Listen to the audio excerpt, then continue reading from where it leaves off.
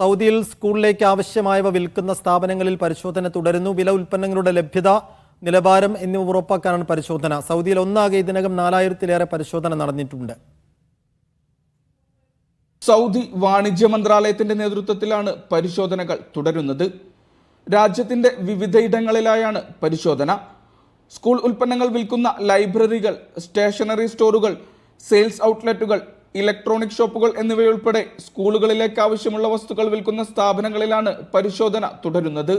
School ഉൽപ്പന്നങ്ങളുടെ ലഭ്യത ഉറപ്പാക്കുക, വില ടാഗുകൾ പരിശോധിക്കുക, വില നിലവാരം ഉറപ്പുവരുത്തുക, പ്രമോഷനുകളും ഓഫറുകളും നിയമാനുസൃതമാണെന്ന് ഉറപ്പാക്കുക, ഉൽപ്പന്നങ്ങളിൽ കാണിച്ച വിലയാണ് ഉപഭോക്താവിൽ നിന്ന് ഈടാക്കുന്നതെന്ന് ഉറപ്പുവരുത്തുക തുടങ്ങിയ പരിശോധനകളാണ് നടക്കുന്നത്. നിയമാനുസൃതമല്ലാതെ പ്രവർത്തിക്കുന്ന ഔട്ട്ലെറ്റുകൾക്കെതിരെ പിഴയടക്കം കർശന നടപടികൾ സ്വീകരിക്കും. വേനലവധിക്ക് ശേഷം സൗദി സ്കൂളുകൾ ഇന്നലെ തുറന്നിരുന്നു. സെപ്റ്റംബർ 1-നാണ് ഇന്ത്യൻ സ്കൂളുകൾ തുറക്കുക. സ്കൂൾ തുറക്കുന്ന സാഹചര്യത്തിൽ സ്കൂൾ ബസ് ഡ്രൈവർമാർക്ക് ഗതാഗത വകുപ്പ് നിർദ്ദേശങ്ങൾ നൽകിയിരുന്നു. വിദ്യാർത്ഥികൾ വീട്ടിലോ സ്കൂളിലോ കയറി എന്നുറപ്പാക്കാതെ സ്കൂൾ ബസ് സ്ഥലം വിട്ടുപോകരുതെന്നാണ് നിർദ്ദേശം. നിയമം പാലിക്കാത്തവർക്കെതിരെ കടുത്ത നടപടികൾ സ്വീകരിക്കുമെന്നും മുന്നറിയിപ്പുണ്ട്. Mishal Cherpulassery, media 1, Riyadh.